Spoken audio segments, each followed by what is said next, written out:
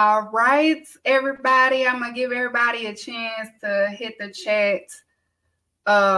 We are here with another episode. I am here with my boy, Mr. I am A.O. Baker on Twitter. Peace, But peace, Mr. peace, peace. but Mr. A.O. Baker, thank you for joining me this week on All Elite with Keys. You are actually the first guest um of this season, of this new year for me. So thank you. Thank you for saying yes. I Nah, appreciate I it. appreciate it. As soon as I saw you throw the bat signal up, who wants to come and hang out with Keeks on the show? We've been following each other on socials for a little bit. You're always very supportive of everything that I've been doing and my team has been doing. So it's my honor. Appreciate you for extending the invite. I love y'all. Y'all probably in my top five podcasters. Some of them I had to move to the side because some people losing the bait or something. They losing it, but y'all remain based. Y'all, y'all bring out the opinions, but y'all also have facts with y'all opinions. And I love y'all humor and y'all chemistry and everything. So I greatly appreciate you coming. If you join the chat, y'all know my rules. We retreat. We treat my guests with respect on the chat.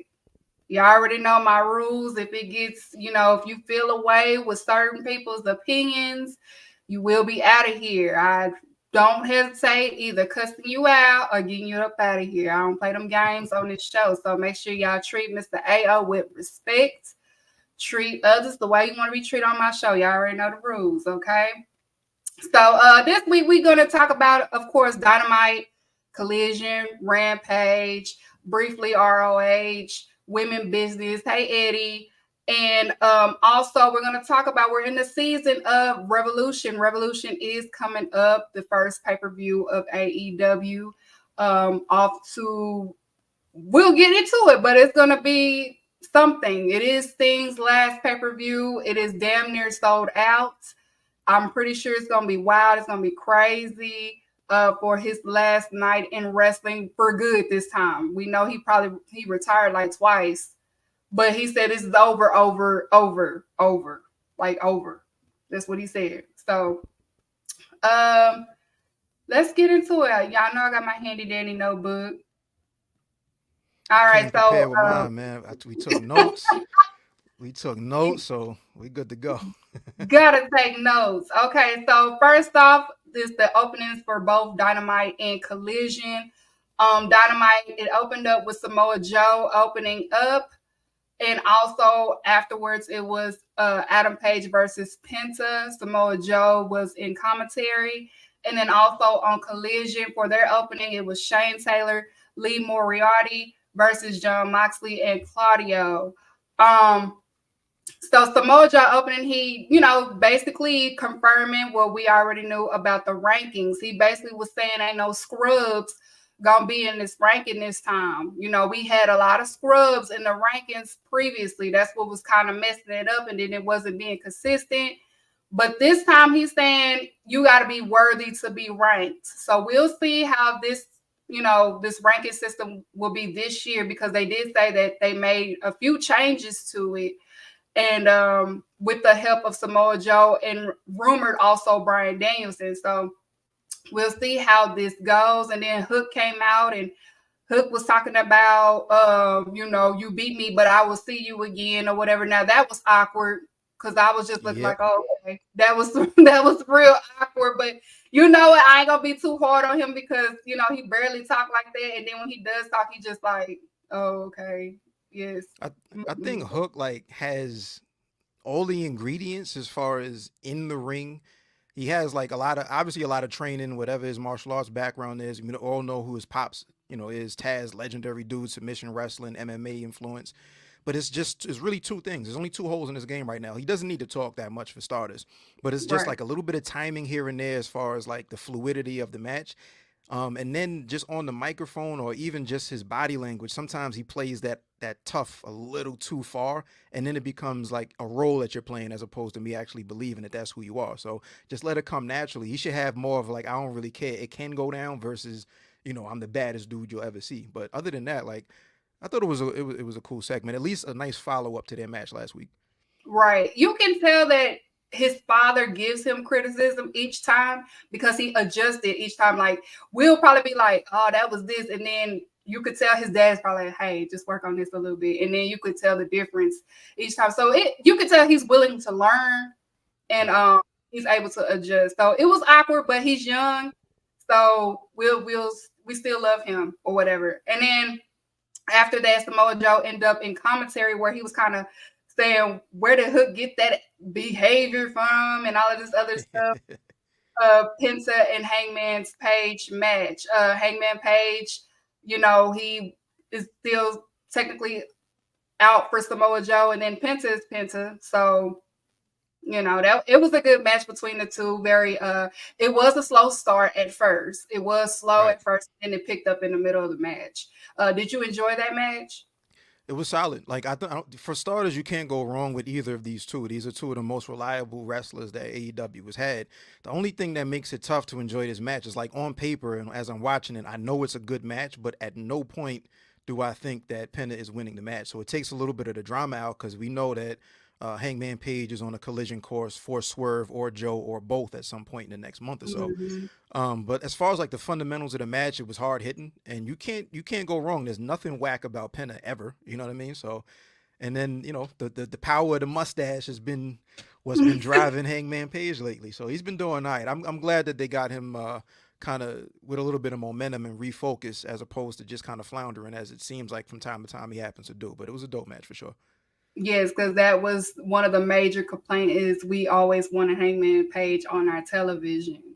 And they're finally doing that because, like the rankings, like he said, you have to be worthy to be ranked or whatever. Um, on Collision, again, the opener was Shane Taylor, Lee Moriarty. I always fuck up his name. John Moxley and Claudio. Now this to me very very strong style, and this is also brought out Lee Moriarty as far as him being a heel. His heel character is playing out in ring wise too. Like he plays those mind games because he was doing it to Moxley, and then he was also doing it to Claudio. And then you got Shane Taylor. He's just hard hitting, like just hard hitting them. And then the strength of Claudio, and then John Moxley with his brutal style, brutal technician. That's what I call him. It was a great match overall. I actually enjoy their little rivalry. I know it won't be for long, but I do enjoy, what they're doing with them right now. Did you enjoy that as well? This has been my favorite thing across the last week, or even a little bit longer, specifically to Moriarty, because he had the match with Adam Copeland also. I'm a Lee Moriarty guy. Like, if I was picking, like, draft picking wrestlers that haven't been world champions yet, but I think are on their way, Moriarty's my guy. Like, I'm a big fan. Like, he put a little magazine out. Like, I bought straight from him. I just ordered a t-shirt. He's from that same class of, like, people that looked up to Zack Sabre Jr., who's probably one of my favorite dudes. Brian Danielson, like, super, super technical. But them finally adding that little sprinkle of an attitude, of a little bit more aggression, he's putting it together because he has everything else. He has the brand Tiger style. Everything you see, he actually designed, his merch, his logo, all of that. The music is kind of dope. And then Shane Taylor as well. Like, he had Ring of Honor on his back for some time also before it was purchased by Tony Khan. So the combination makes a lot of sense, and it's good to have like the measuring sticks in AEW are always either the BCC or the Elite at any given time. So I think what they're doing is being able to put them in the mix with people who we know are reliable, and let's see what they do. And they've been able to have competent matches, very hard hitting, strong style matches, like you mentioned. And yeah, what they've been doing, STP and specifically Moriarty over the last week or so, has been some of my favorite stuff from this past week. Right, right. But yes, of course, they picked up the win, Claudio and John Moxley. So we're gonna move on to the next match. That was up. It was Wardlow versus Trent Beretta. And also for Collision for the AEW International Championship, it was Orange Cassidy versus Commander. Now Wardlow, I'm trying to be Yep. patient. I'm really, really trying to be patient with Wardlow. I just don't know. I don't want to say maybe AEW is not for him. I think Wardlow may be a WWE guy. I think he's at this point just a goon. You know what I mean? Like he has a couple of cool moves or whatever, but I think like we got really gassed because he was legitimately over. But Yeah. even if they continued in that direction, I'm not sure how long that was going to last. Hindsight being 2020, obviously, but I'm not sure how long that momentum was really going to last because he hasn't really added anything new to his game or his presentation, and he's had a Yeah. bunch of starts, a bunch of stops, a bunch of starts, a bunch of stops, and now he's back to being a goon. Like I don't see how this, him being in the kingdom really helps him moving forward anyway. Besides just being another dude behind the guy. Yeah, yeah. Because when I saw him with Adam Cole, I'm like, okay, maybe it's a potential with something. Maybe when Adam Cole is healed or something, it'll work out. But I just don't see it. I know the plan is they're saying that he's going to win, and then he's going to give the belt to Adam Cole. But I just don't even see that. Yeah, I think the only way the only way you can kind of redeem that is to present Wardlow as the guy that outsmarted everybody else. So he Yes. has to use them to get to the title or a title at least, and then say, "All right, I don't need y'all anymore," and just kind of walk off without handing it to Adam Cole. If they don't do that, I don't know how this works. But that's predictable too, though. You're right. You're right, but That's I don't think there's anything that's better that they can do with him. It's it's I'm it's a it's rough. I just don't know. But Triple Retta, I love him. He's a workhorse. I mean, we Yeah. know he gonna lose, but he gonna give it all he got, and he always Right. do. So I love him. He's MVP all the time. And then his man's on even after the match, Orange Cassidy. I love Orange Cassidy. He be letting folks know that I'm not scared of none of y'all. He just look right at you like, okay. Cause he got up in there and he just looking at him like, are y'all gonna fight or what? What Yeah. we gonna do? What is we doing? I love that about Orange Cassidy. On Collision, he had the match against Commander. Now at first it was a little rough with them at first, and then they ended up picking up the momentum. They started reading their chemistry better, so the match ended up picking off again, like in the middle. They found their footing, and it was a good match between the two. And I love Commander, I always did since AAA. And of course I love Orange Cassidy. That's my man. So I love those two. And of course, we know that it's going to potentially lead to Orange Cassidy facing Roderick Strong, which we'll talk about later on in the show. Did you enjoy this match? Yeah, I think like you mentioned, it started off a little shaky, but Orange Cassidy in lucha situations is always money at some point. You know what I mean? And Mm-hmm. Commander's another dude that's consistent. Like I unfortunately I'm starting to get a little bit more into lucha, specifically CMLL because they got the Fantastic Mania tour coming up, and even AAA. Like I'm familiar with a lot of the people, but I haven't watched a lot of AAA itself. But I've only really been familiar with Commander since he's been in AEW, and like performance wise, he's money. I just think like in with some of the lucha guys, I really want one or somebody to pick up like a signature win at some point, so it's not like a Yeah. foregone conclusion. But other than that, like the match was solid. And Orange Cassidy can wrestle that style with the best of them. Right. Right. Wasn't That's he? Wasn't he? Didn't he have like a lucha name like the Ant or the Red Ant or something like that? yeah. Yeah, You talking about Orange Cassidy when he was masked up? yeah. I think he had Yeah, I like another believe name. so. Yeah, Mm-hmm. So yeah, he familiar with that stuff. So um moving on. I know. Oh yeah, and we'll talk about that later because I was going to say he accepted Roger Strong, but we'll talk about towards the Revolution end, and then after that, on Dynamite it was Jeff Hardy versus Swerve Strickland, and also on Collision Eddie Kingston versus Willie Meg. Um, I said it on Twitter. Jeff Hardy, it seems like he's finding his love for wrestling again because it was another great performance by him. The first one was against Darby Allin. This one was pretty good too. I enjoyed it. Of course, I enjoyed Swerve, and I enjoyed Jeff Hardy. So another great match between Jeff Hardy. We will see because this is the second loss, and he's not taking it well. So maybe heal Jeff Hardy. that's what it's looking like. I think he's figured out. First of all, he's wrestling singles and not tag, and Mm, because no, talk about being on your last legs, man. Matt, bro, what are we doing? no shade. You know what I mean? But like Jeff, he has a little bit more aggression. That match that he had with Darby last week, when he smacked him right out of the gate. So Mm-hmm. he's adding a little bit, heel Jeff Hardy back in TNA was money. So I don't want to see like he's not gonna wrestle in the main events, but I think at this point, him having nice little mini feuds with other people that are on their way up is definitely the spot for him. And as long as his Mm-hmm. body can hold up, why not? I wasn't really Yeah. for Jeff coming in the first place, but he's this match was dope, and the match last week with Darby was dope. So I can only judge you by the last thing you did.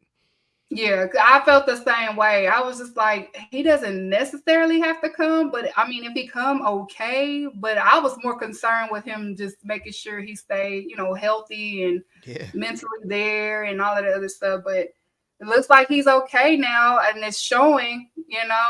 I know that he tweeted out, not tweeted, but on Instagram, he was a little frustrated by being on Rampage all the time and stuff like that. So they've been putting him on Collision and Dynamite. So yeah.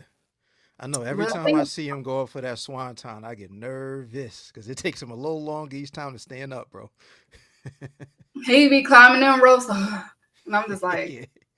Like, come on, and bro. sometimes he'll flip a little late too, and I'm just like, bro, stop. Like, we just want to watch the please, show. I don't want to see anything too bad here. we do not want another situation, please. Like, that's the last thing I need or anybody else need.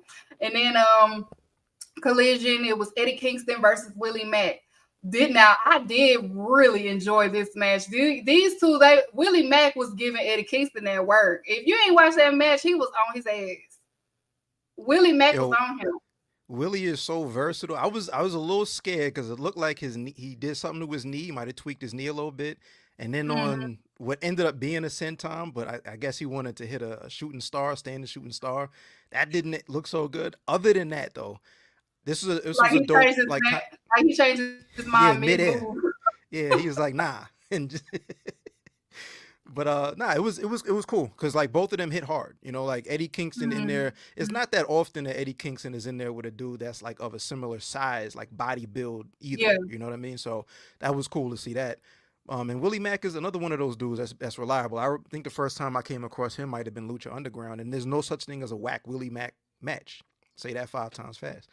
There's no such thing as a whack Willie Mack match. So it was cool. it was very cool because I know Willie Mack. He always wrestles in Mexico too. He's be in the AAA matches, and I tell him every time the ladies love Willie Mack out there in Mexico. He comes out and they just be bras is thrown. Is yes, bras is Oh, thrown. Uh, one lady threw panties. Like they love him out there because they hey, Willie south of the border living. yeah. And he He's living out here. jokingly said one time, it was on somebody's interview, and he jokingly said, "How about the ladies love me down there? I might just move down there." Yeah, that should be his new gimmick, man. Ladies love Willie Mack. Hmm. Yeah, the ladies be screaming, the dudes be confused. I'm like, yeah, black men are not ugly. I don't. They're yeah, the black of the berry out there. So that was definitely a great match. His Willie Max have great. He has a great counterattacks all the time. He was definitely countering a lot of Eddie Kingston's defenses and everything. I enjoyed it. Willie Yeah, for Mack, a sure. Mexican hero. Yeah, right. That's what he said in the who was that? Sean said that. Okay. Next up, it was Dynamite, the AEW World Trios Championship, the Acclaimed versus Mongol Embassy, and then on Dynamite, it was Yuji Nagata versus Brian Danielson. Dynamite, I did like the Bang Bang Gang entrance. Yeah, I loved yeah. it. I mean, it seems like we're getting to who's they could probably going to turn on them, but for the time being, it's cool. I just wish, honestly, there was a little bit more of a interaction between Billy and his kids, so we can see what that dynamic is, because they never They tied that up have. too tough.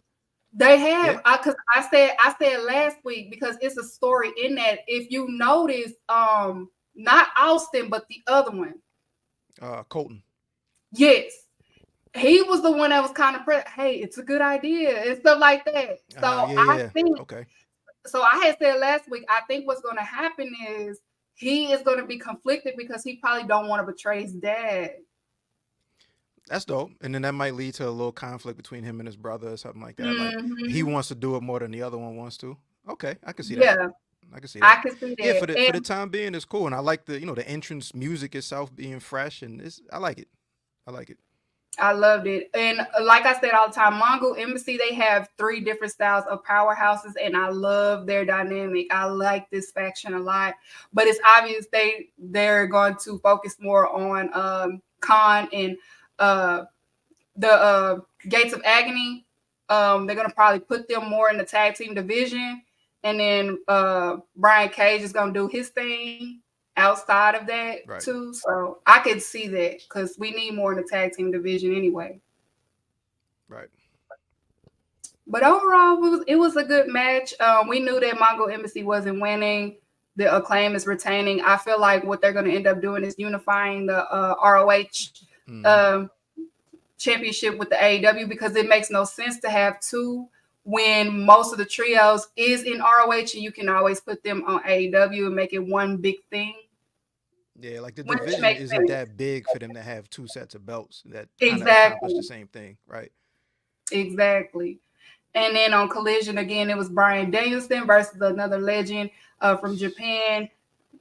Great match. Craziness, craziness. Crazy match. The man is 55. That is crazy. 55 years old, double nickel, and he's out here still credible. Like he looks like he can go. I think they mentioned that he's trying to wrestle until he's 70. And hey, so far so good, man.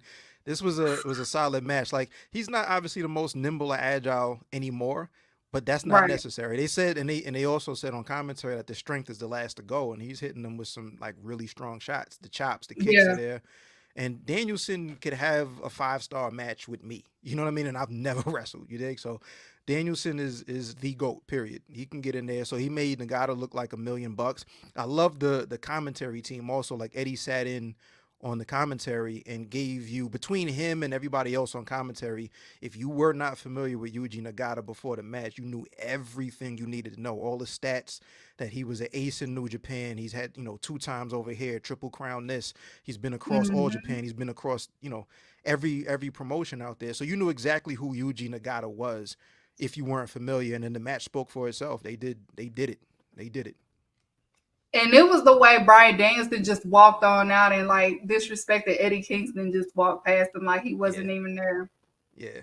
I I like I like that. like that dynamic because like Eddie Kingston, and he's been the guy who flies off the handle a little bit. He has the temper, and he's like it's frustrating New Brian Yorkers. because yeah, well, it's No aggressive. shade. No. It's too many What I people had living said on on top of Twitter the other people. day, I said all the time. I said if New York is not mean to you, they don't care about you. It's just too many people here. Like the lines are too long. It's too many people on the sidewalk. Like just get out of the way.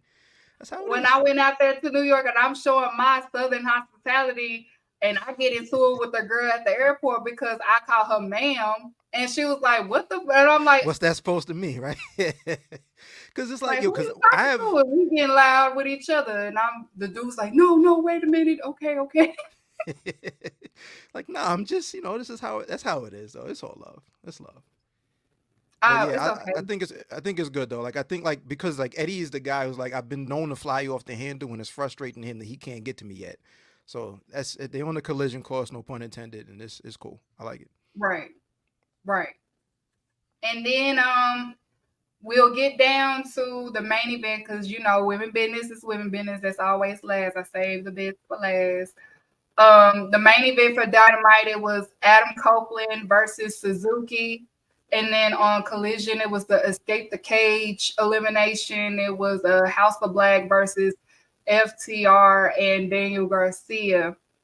It's been some riffraff today on Twitter for some reason. They trying to say that the rules were changed. I was trying to understand what the hooping and hollering was. I'm like, are they trying to say I Um, was confused. Was Malachi Black trying to say that that wasn't how it's supposed to go, or what? I ain't. I I think it was something to the effect of like the cage match. There were two different posters, I think, and the name oh, of the type of cage match changed, but the actual stipulations never really changed. It was just a poster just to try to make it more clear, I think was what they were saying. But I don't Oh, know, okay, man. okay. Pick a Well, day and people gonna find something to be upset about.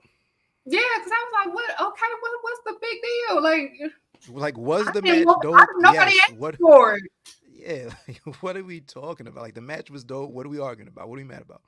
Right, y'all did a good match. I thought it was good, but I'm gonna get to Adam Copeland and Suzuki. I knew that man was gonna win, and I cannot stand Adam Copeland. I can't stand Edge. I just knew he was gonna win. He beat Suzuki with a spear. Like I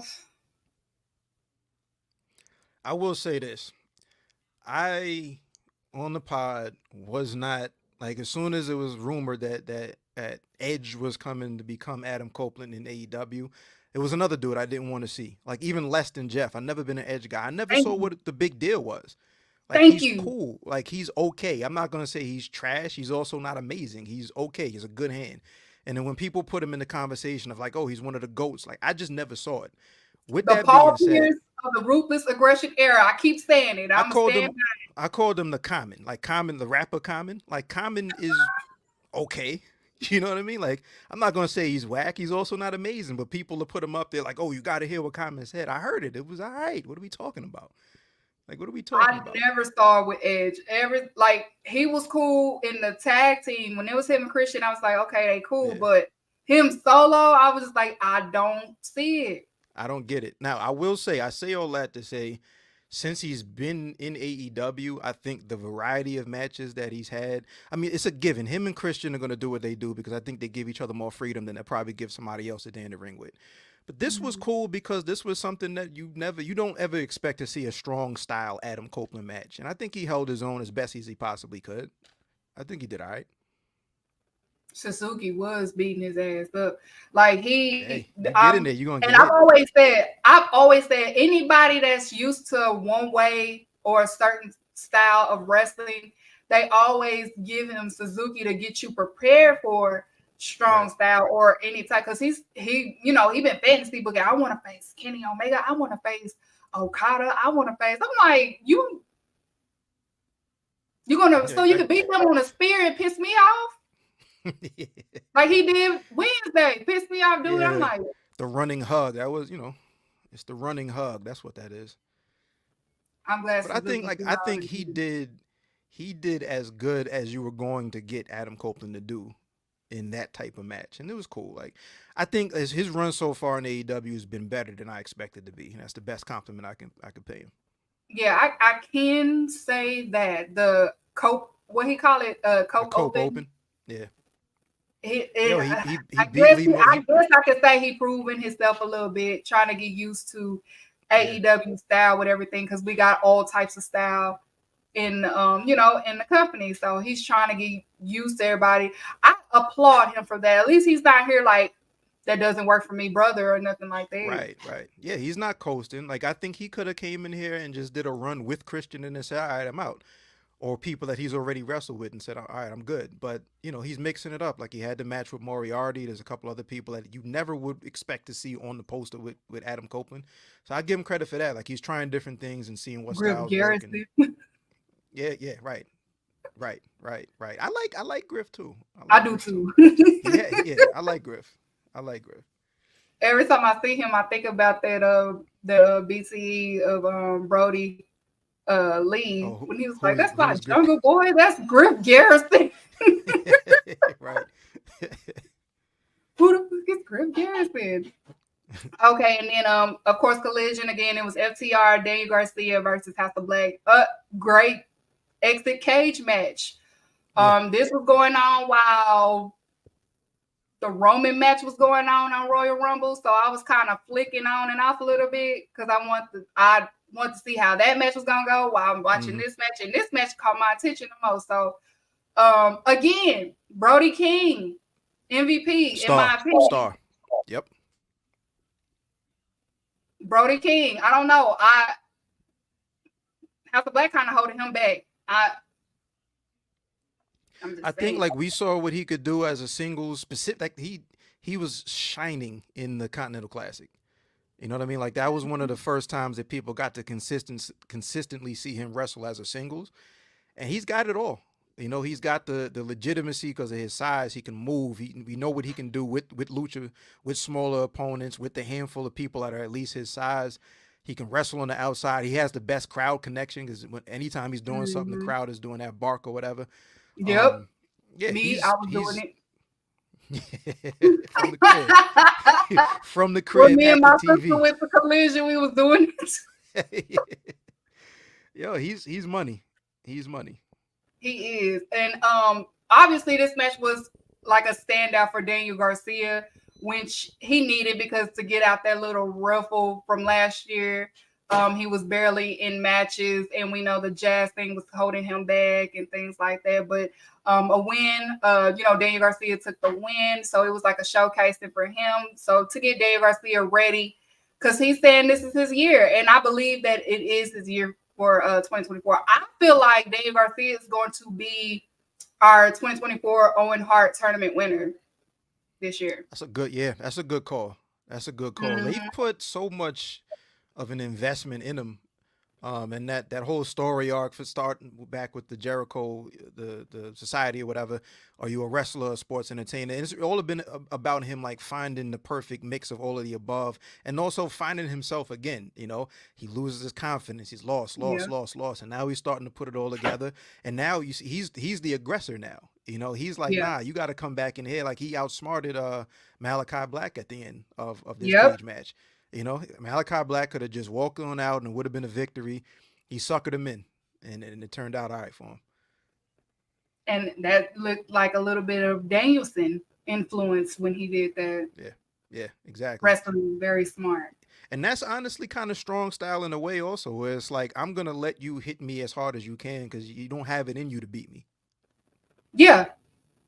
It's like he's learning to it's okay to take punches, it's okay to take it. I'm gonna eat it each time. Right, It's fueling me. So right. yeah. All right, so that is it for the main card. So we're gonna get into Rampage. We're just gonna skim through Rampage. Friday Night Rampage. We had Jon Moxley versus Lee Moriarty, which started up the match for Collision. Jon Moxley ended up taking the win, but he was, he got beat up by Shane Taylor and stuff like that. Claudio came out, and that's, that was that. It was also announced on Rampage CMLL is coming to AEW. That's the major thing. Now, for you fantasy bookers, do not think certain AE Luchas will be in the same ring with CMLL. The beef is real between CMLL and Mm-hmm. AAA. Blood is literally will be shed, and it's a serious beef with them, and they don't want to lose their partnership with CMLL. That Rocky Romero, kudos to him, got together for AEW. So if you don't see Penta in a ring with one of the CMLL stars, that's because that. If you don't see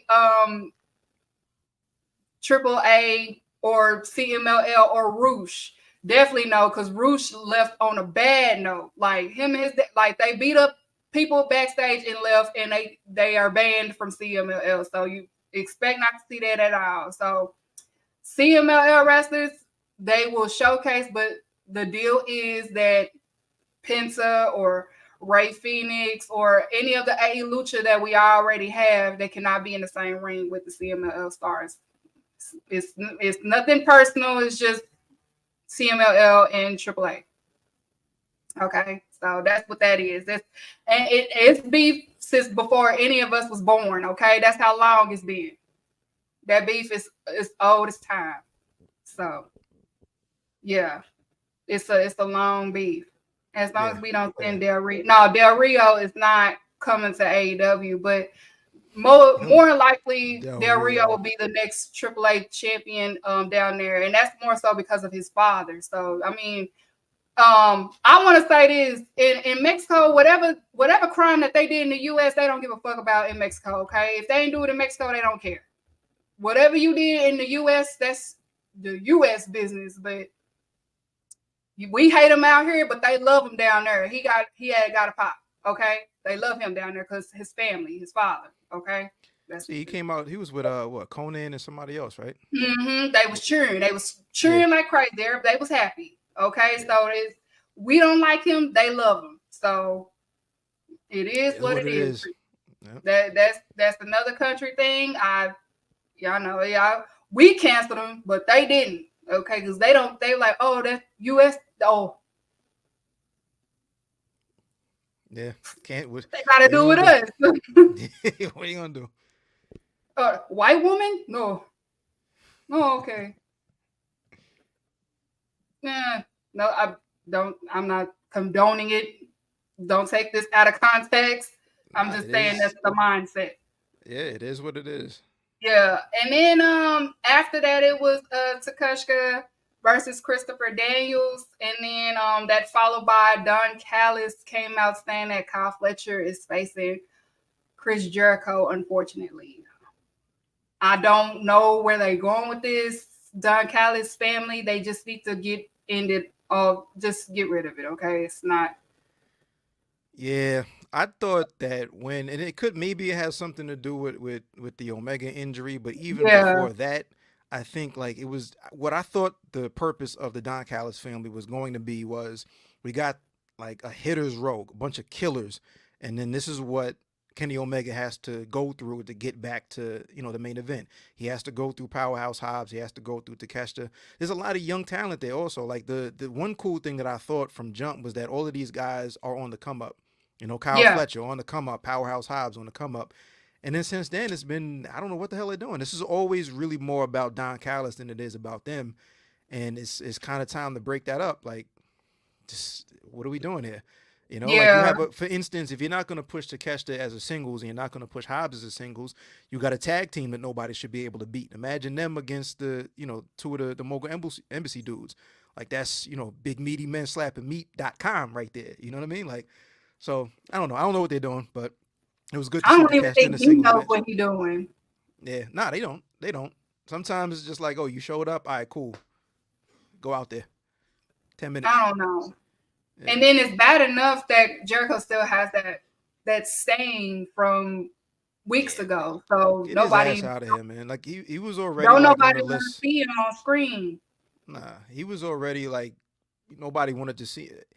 I was already like over Jericho. At least go away for a minute and hit the refresh button and come back like he's been doing. But then when all that Mm, shit came out, it's like, bro, I'm good on you, right? Like backstage, you should kind of pull dude off TV, dig, look under the hood, see what's going on, and make sure it ain't nothing too crazy. And I if it would have is, get been him out of fine if there. he just. I would have been fine if he just did Retire. commentary and Yeah, at Rampage and not just yeah. be in the ring like he was doing. I'd rather him just do that. But obviously, he did not want to go home to that lady. So Yo, he what you talking just about? Period. he got to move out. That's rough waters over there. Shorty is Yeah. So in, yeah, in in poor an Kyle election year Fletcher. too. In an election year too, it's about to get nuts, crazier. Yeah, it's crazy. But maybe he'll pick up once Will Ospreay comes to AEW. Cause Do you think Will Ospreay is going to be part of the Callis family, or because he was kind of sort of, but by hire only? So, do you think that he's going to join up with him? I think he gonna take the family from Don Callis and make it his own Ah, little okay, thing. that'd be dope. I can You kind think of it's see that. an extension on the United Empire or something fresh? Yeah, Yeah, that'd be kind of fire. I do see that. I do see that. Please, somebody rescue them or do something. And then Right. the main event, it was, of course, Vikingo Commander versus Kip Sabian. Shout out to the Kip Sabian stands. We still here. We still here. They count us out every time. And versus Butcher. And then, of course, Commander takes the win because he faced Orange Cassidy at Collision. Vikingo, he was willing to drop the title to still perform at AEW. He loves it there. He loves it there. Is he signed there and signed to AAA? Like, does he have like a full time contract with AEW or? I don't I don't know. I want to say yes, but at the same time, he's still signed with AAA, but he's willing to drop the title Yeah, they're not gonna because book I him. think because I think what it was, as long as he was still champion, they was telling him he still couldn't do AEW. He only had to do Impact. But Okay. he probably like, but hey, my buddies are over here. I want to be with the gang. Yeah, exactly. They I just want to gonna be with book my him to never people. lose that title. Yeah, they gonna book Right, him just to never lose the title, just so they can have access to him. He about to be the right, longest reigning champion of any promotion ever, just cause now we still need him over right. I want to be with my people. My people's over here. I mean, I fucked with them at Impact, but my people's is over here. Like here.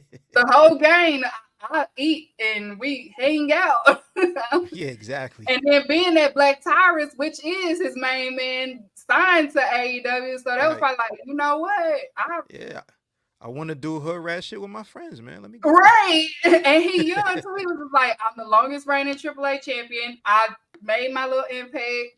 I want to be with my friends.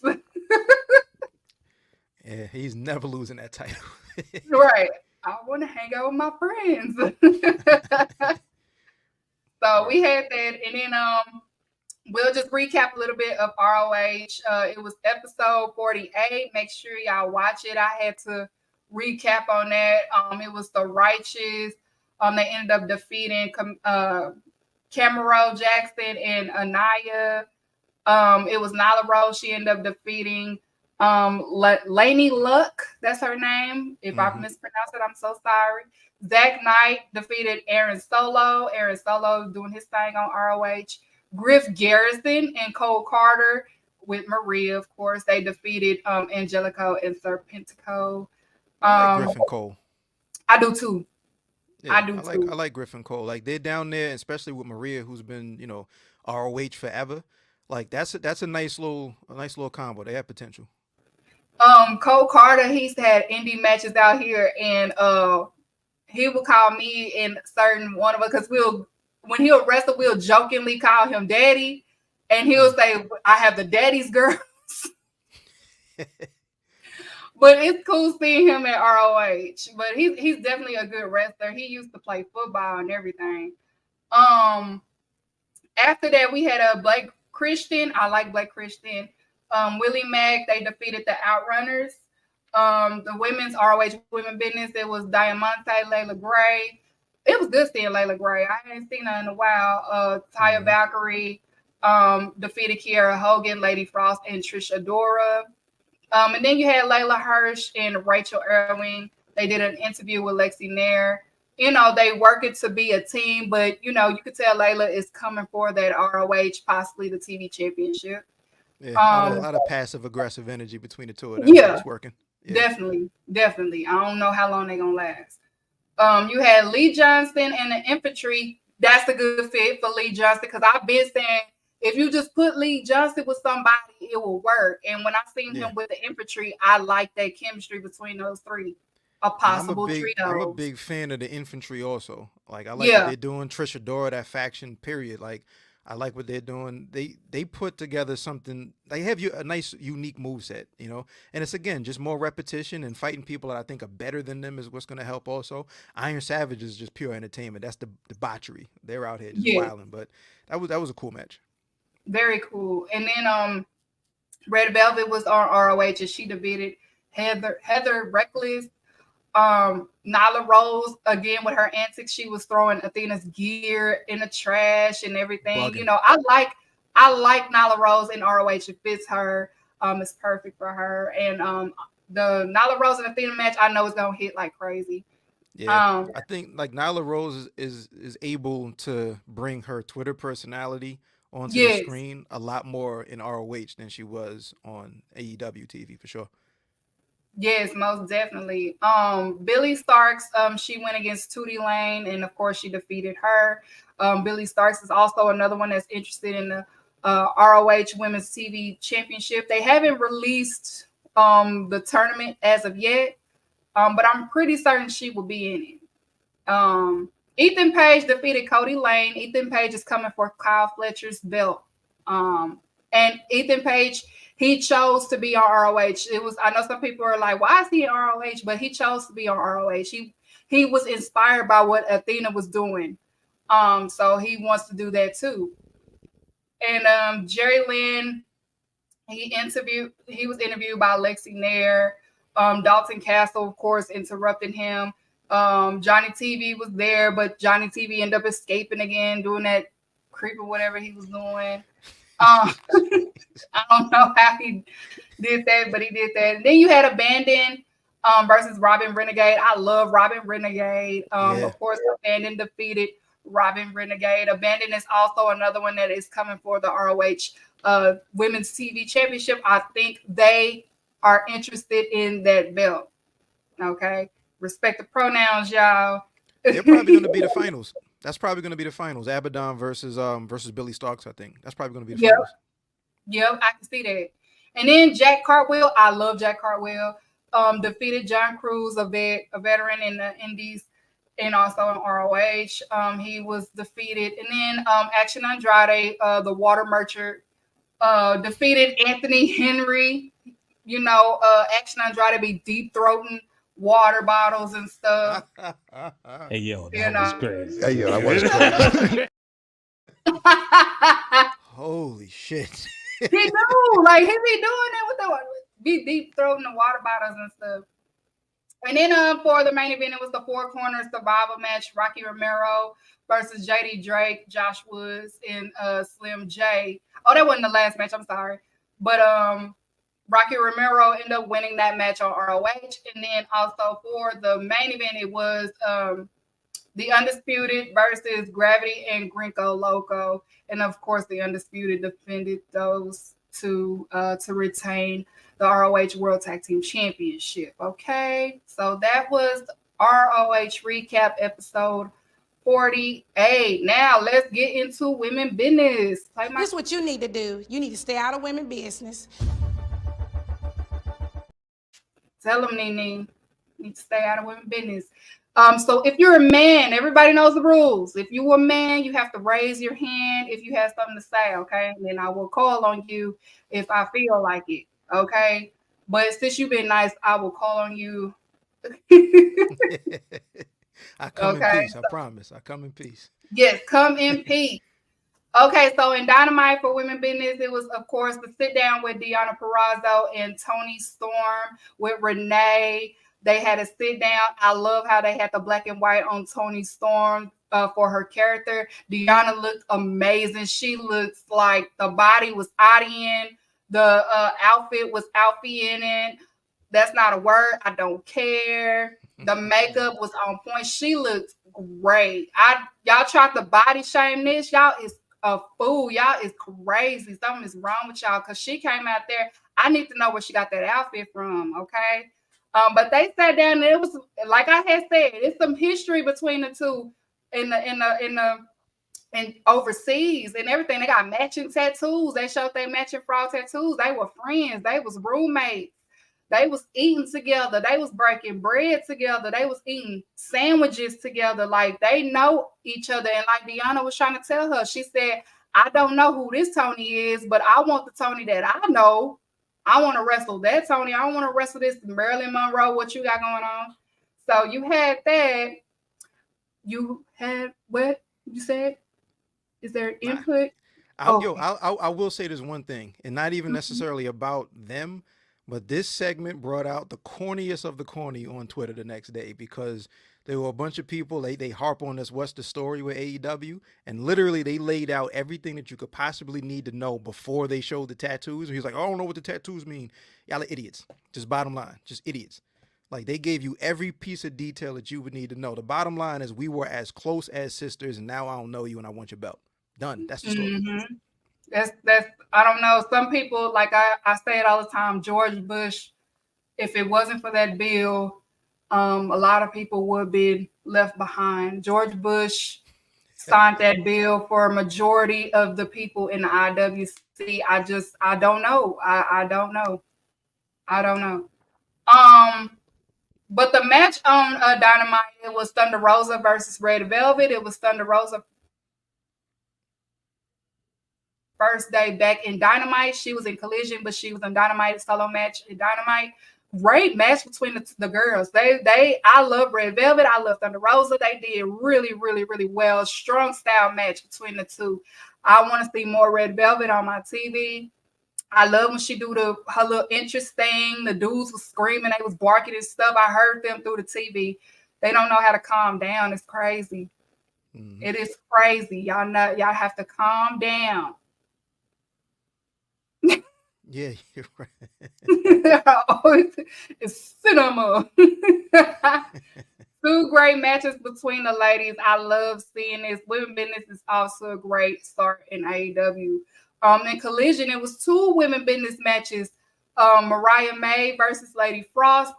Great match between those 2 girls, especially Mariah May. And I love Lady Frost. She is just so dope. The way that she used gymnastics in her move set, it is very unique and different. You could arguably say it's lucha, but this is actually different to me. It gives like ballerina, it gives art, it gives Shakespeare when she wrestles, and I like it a lot. And Mariah May, for her to be a very pretty girl, and all the beauty, you could tell she's one of those like beauty, popular Regina George type girls. But when she get in that ring, when that bell ring, ain't nothing pretty about it. Okay, she's definitely very lethal. Okay, and she's getting used to American style because she was in Japan, so she's getting used to having to kind of not go full speed sometimes, because you could tell she catches herself a little bit. Like, damn, okay, let me slow down a little bit. But she's getting there. And then on Collision, my girl, the Professor, came back, Serena Deeb. So that's my girl, but she fought Robbie Renegade, and of course, I love Robbie Renegade. It was a great showcase for Serena. It wasn't a job match. Like, Robin Renegade was giving her work, but Serena Deeb was just showing that just because I was injured don't mean, nothing stopped. And then she got on the match and she was basically saying everything, yeah, y'all cute, but I'm not impressed. I'm not impressed with what I've been saying. Y'all, the Chris Statler, y'all, it's cute, but y'all ain't me. So she said she coming for the belt. We don't know which belt, but well, she said the women's championship. So Toni Storm, look out, because Serena Deeb coming. And also on Rampage, which this is also a story too, but with Ruby Soho, it was Anna Jay versus Ruby Soho. And like I said last week, I give respect to Anna Jay because she wants to wrestle. She wants to keep trying and she wants to get better. And you can see it when she does wrestle. But this Rampage match, this match wasn't her fault. This was, I don't know if Ruby Soho is wrestling with a chip on her shoulder, but she ain't been hitting it as of lately. And so I'm not going to put this on Anna Jay, because Anna Jay was actually trying and actually working, but I don't know. It wasn't connecting to me with Ruby Soho. I don't know what she got going on, but you got to focus, baby. We off to a great start. We don't need you regressing, whatever it is. You know what I'm saying? If you got to take a day, take a day. Okay? Because she was kind of looking like Britt Baker out there, and I ain't like that. I ain't like it. I ain't like it one bit. I'm like, this ain't Ruby Soho. I don't know what this is. I don't know who this is. So that's my women's business. Like I said, I don't do women business the other week anymore because I'm trying to, we're in a good direction and I want to keep it positive and just, elevate the girls. Some of them, I was asked don't do it, so I'm just gonna do it this way. But I'm proud of what I'm seeing from the AEW's women's division. Is getting better. The only thing that I will nitpick on, TBS champion, where you at? Julia Hart, where you at? Was that 2 weeks she's been off? Yeah, Julia Hart, where you at? Yeah. Come on. They had her down there for the segment for the cage, but she hasn't wrestled on TV. Right, where you at now? Because Chris Statlander had, she put the prestige back on that belt now. Yeah. Come on. I'm just saying. All right, so that's it for women business. So we're gonna get into the main topic. The main topic, of course, we in the season of Revolution. Revolution is March 3rd in North Carolina, Greensboro Coliseum. It is damn near sold out. I feel like Revolution is going to make up for World's End. You know, World's End was not such a great pay-per-view for AEW. That was probably the first one that wasn't so great in a long time. And I feel like Revolution will deliver. It is Sting's last pay-per-view.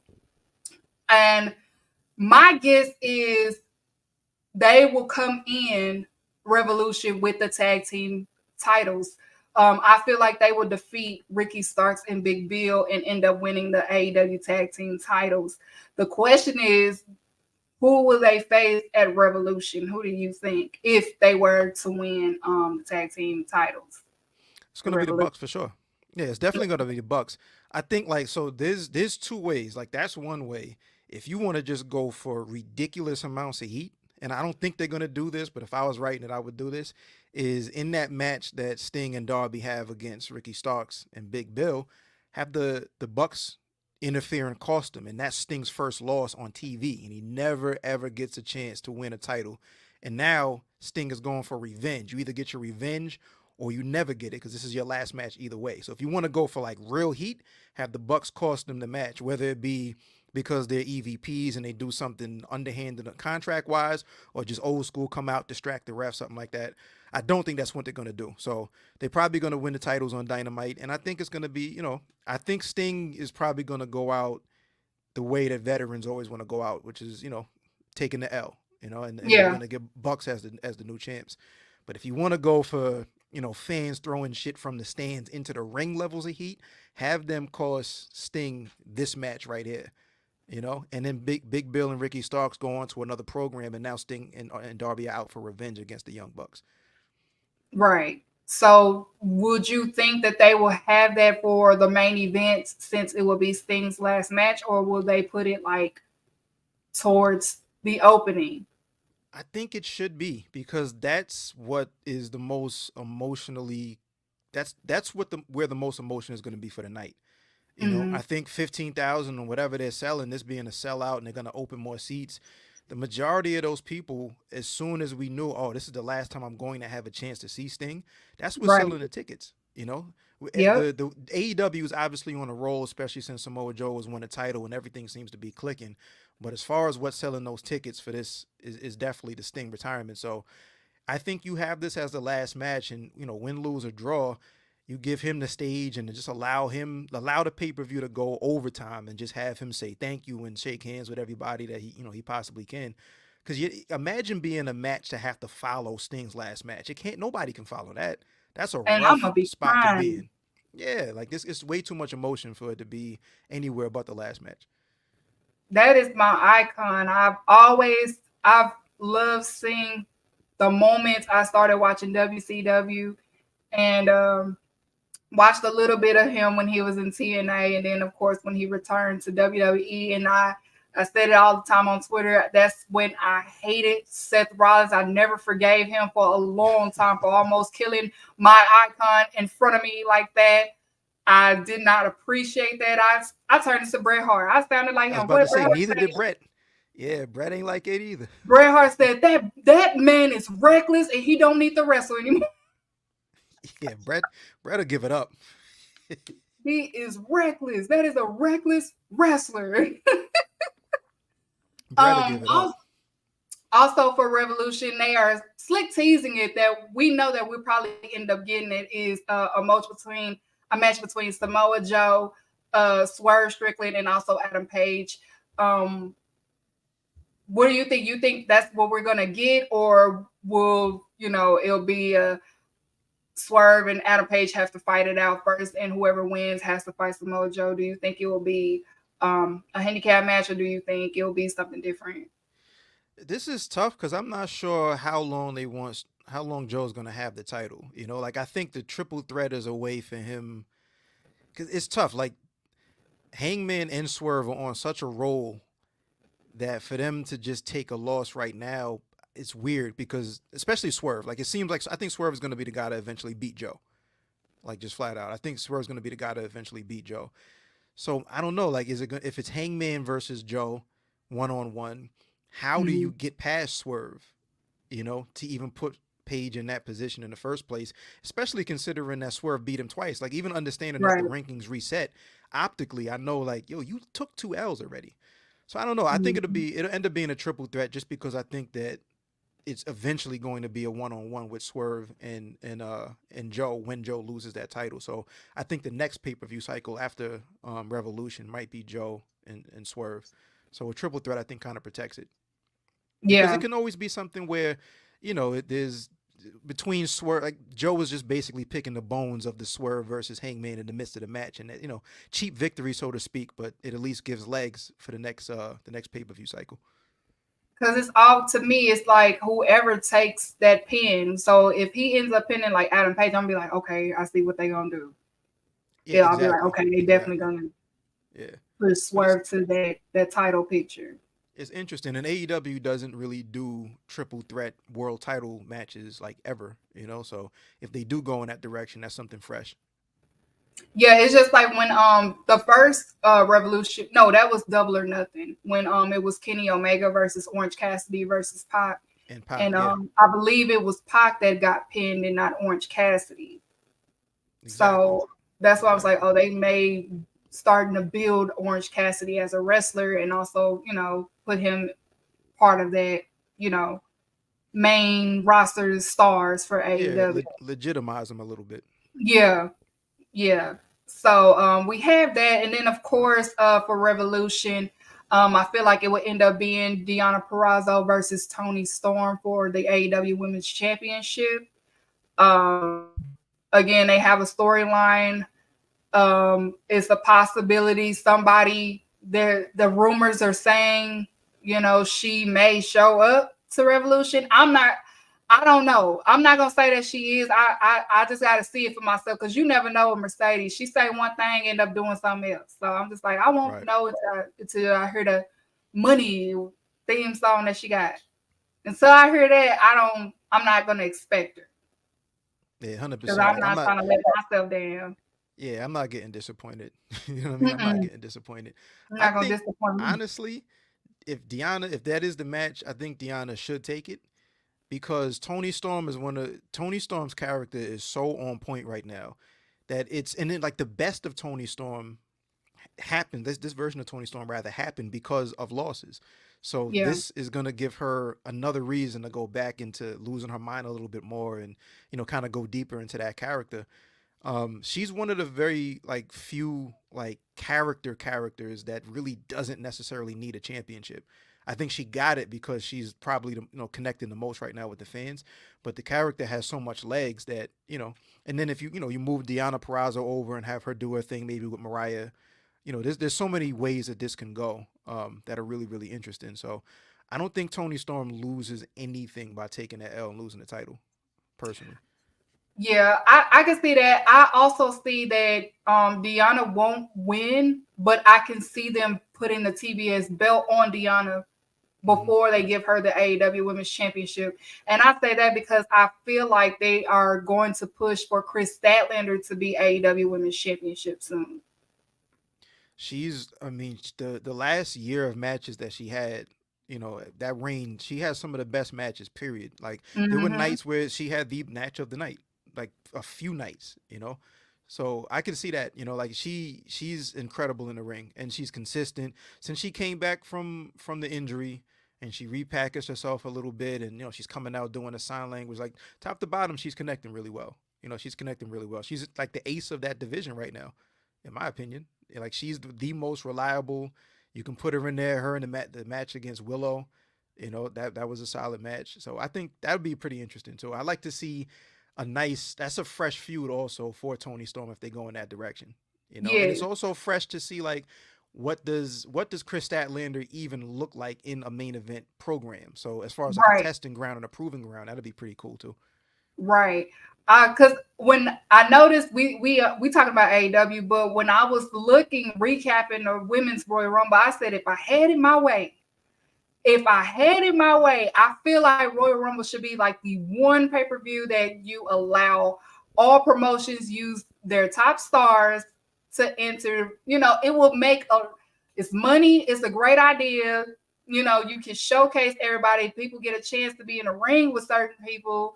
Because I was just like, I know Jordan and Bianca had a great encounter, but fucking Chris Statlander and Bianca have an encounter, that is Right. way better. Right.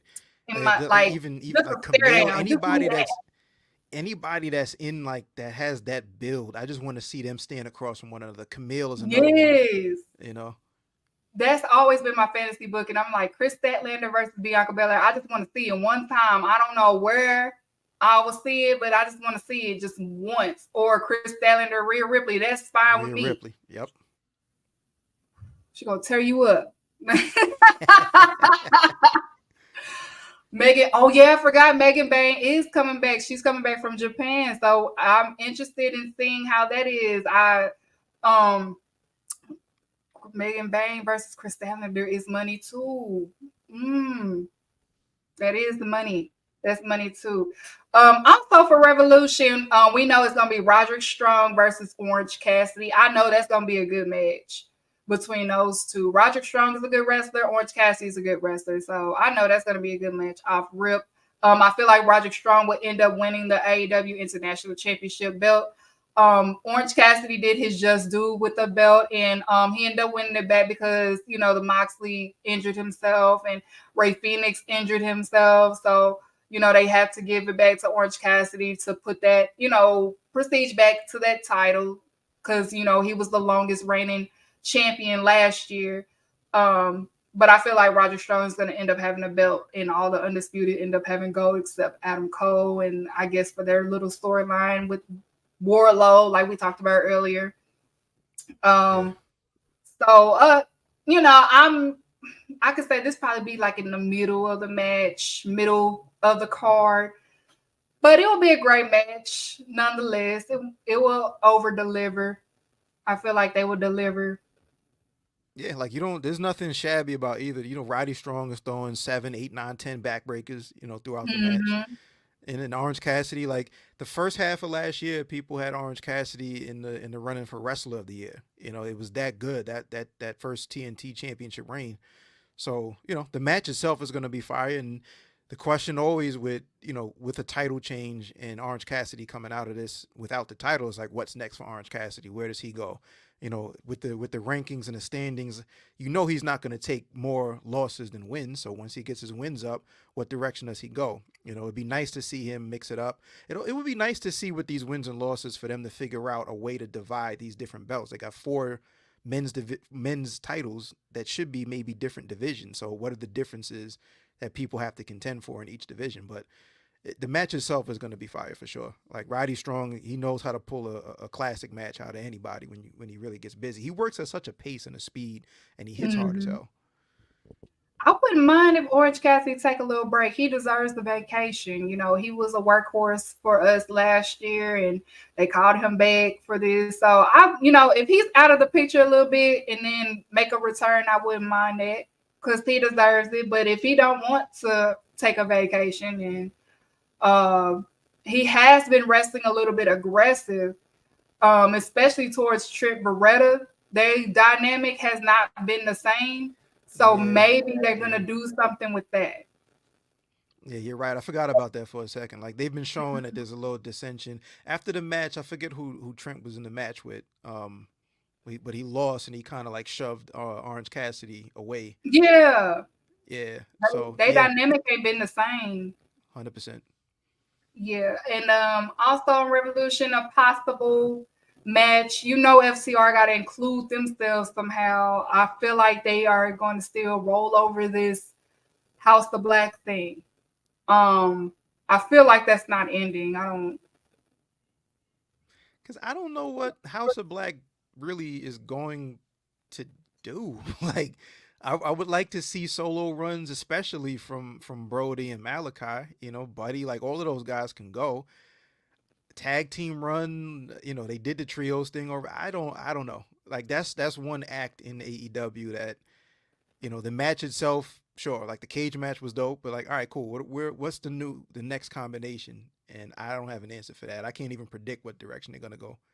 Maybe Mongol Embassy or the Gates of Agony. Yeah, I don't know. Yeah. I don't know. I'd like to see Brody just run solo for a little bit. Me too. Let the other 2 dudes do whatever they want to do, but let me see Brody. Yeah. Obviously, it looks like they hinting at Eddie Kingston versus Bryan Danielson. We may get that at Revolution as well. Probably for the belts. Yeah. We may get that. And I know that's going to be a banger because when they had a match against each other for at the Continental Classic, it was definitely a banger. And Bryan Danielson just doesn't like Eddie Kingston. Yeah, he's spitting at him. He's walking by him without looking at him. He's calling him a bum. He's saying the best moment of your career was beating me, and that's why that was the worst moment for my career, and that's the best you're ever going to do. You know what I mean? So I don't know. Like for the longest time, Eddie Kingston has been like the underdog who doesn't have titles, and now he has these 3. And it's like, at what point does like his body break down from defending it all over the place in 3 different promotions theoretically? What happens when he can't keep up anymore? And is that what the story is going to be with Bryan Danielson? And Bryan is like a guy that. What it is. Yeah, I think Bryan this has been a long time coming as far as having a singles title period in AEW. So maybe this is it. And we see him like he has the match against Sabre Jr. in February. Ring of Honor is always there whenever he feels like doing it.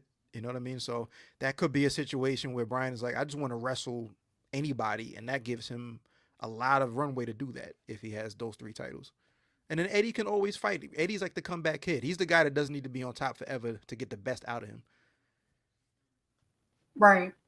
And another match possible, Christian versus Edge for the TNT Championship. I think it's going to happen. I think that's probably when Edge is probably going to actually take the titles. They had two matches already, so I think that's kind of what they're building up to. His whole thing is, I'm going to do this Cope Open, beat a bunch of people to get my record up, so I can challenge you again, and the championship committee approves it. So I think at some point their feud has to stop, and they got to do something else with different people. And I think that happens after Copeland beats him, and we see Copeland mix it up like he's doing now, but with the title on the line. Right. But that's possibility. That's all I have so far for a Revolution. We never know. They start usually around this week going forward to build up to Revolution. So we'll see where it leads off. We won't know until we see the posters, the flyers of who versus who. But Revolution should be a great. It should make up for World's End, like I said in the beginning. We're off to a great start in AEW. Things are happening. Will Ospreay should return. Maybe he'll return at Revolution. We never know. I wouldn't mind. Now, I don't know if they probably hinted a little bit. They probably going to play around with it. But Will Ospreay kind of shaded Jay White a little bit. So what if I missed that. A little bit, just a little bit. Maybe it was friendly fun, but it was just like, I just want to beat you for some reason. It's something about your face. Hey, run it back. Yes, that's what I was saying. Like, just put it on there for Revolution, just in case. Just because I like Jay White. I love Jay White. I like Will Ospreay. But we know Jay White is plotting to get they the might do that, the that belt. match. They might do that trios, that solidification, what do you call it? Unification match. That's probably gonna be yeah. Oh yeah, you're right. But wouldn't that be too bad? They wouldn't let it play out a little bit, like until Double or Nothing. That might be a little too far for me. Like, this is a cool little. In my opinion, I think this faction is cool for a week or two. And then it's gonna run its course. Then they're gonna start doing stupid shit at some point. So I think like it's cool. I don't know. Like, I can see it going either way because like they did give them the fresh new music. That doesn't mean that they can't change the old music back when they turn heel and all that. But they've done a lot of work to get the fans to actually cheer for the Bullet Club. So maybe it's too quick to go back the other way. So I don't know. I can see it going either way. But I think like if I had to put money on it, I think they do that unification match at because what are they going to do? Like, who else are they going to face with these 2 sets of belts between now and Double or Nothing is the question. Yeah, exactly. Or I would say Mongol Embassy, but they doing their own thing, according to what Brian Cage was saying on that promo. Yeah, he's going after Hook. He said Hook is the size of one of my legs. Yeah, he's going after Hook. Yeah. So you may be right. You may be right with this one. Yeah, I think that You in my may be opinion, right. I just don't think that's something that has to be like a 6-month bill for that. Like this could be something that we do real quick. Maybe we run it back on TV, but 6 months of them running together is a bit far for me. Yeah. Yeah, that makes sense. All right, so that's it for tonight, you guys. Before we get out of here, AO, would you tell them your Twitter handles where they can find you and where they can tune in and everything? The floor is yours. Absolutely. I mean, for starters, just want to say thank you for having me on the platform. Peace to everybody at Public Enemies, the homie Graham. Yeah, follow me everywhere. I'm at IMAO Baker. The podcast, I'm 1/4 of the Ringside Club. We're live every Thursday, YouTube, Twitter, X, Instagram, all of that. Sometime between the hours of 9 and 10 Eastern time. But check us out. Everything you need to know is at theringsideclub.com. So peace to Book, peace to Ron, and peace to Chat, Lord, the other 3 members. Follow us at the Ringside Club on X, on Twitter, and tap in, man. That's really it. Appreciate you once again for having me on the show, and you're welcome anytime. No I definitely problem. we got to set it up to get you over on our side of things too. Yes. I Of wouldn't course. mind getting on y'all show talking shit to y'all. Absolutely. Absolutely. Yes. So thank you again for joining me. You definitely got to come back. I definitely have to have you back. I Be had fun. sure. I had fun. Yes. Be sure y'all follow, y'all add and make sure y'all tune in to Public Enemies on Thursdays as well.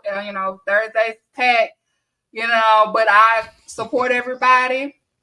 I try to support everybody. I like, you know what? I'm just gonna have to listen to this person this day and stuff like that. But I do tune in to you guys. Y'all are a great podcast. Y'all are doing. I love what you guys are doing. You guys are essential to this business. The blacker the barrier, the sweeter the juice. Okay. Appreciate it. So make sure y'all follow him. Y'all support everybody on the platform and hit my getaway music. First of all, there's no such thing as white-collar crime. And there's definitely no such thing as black-on-black crime. Crime is crime. Let me explain something to you. I don't care if you have a white collar or a tank top. If you rob me, I'm gonna whoop your ass.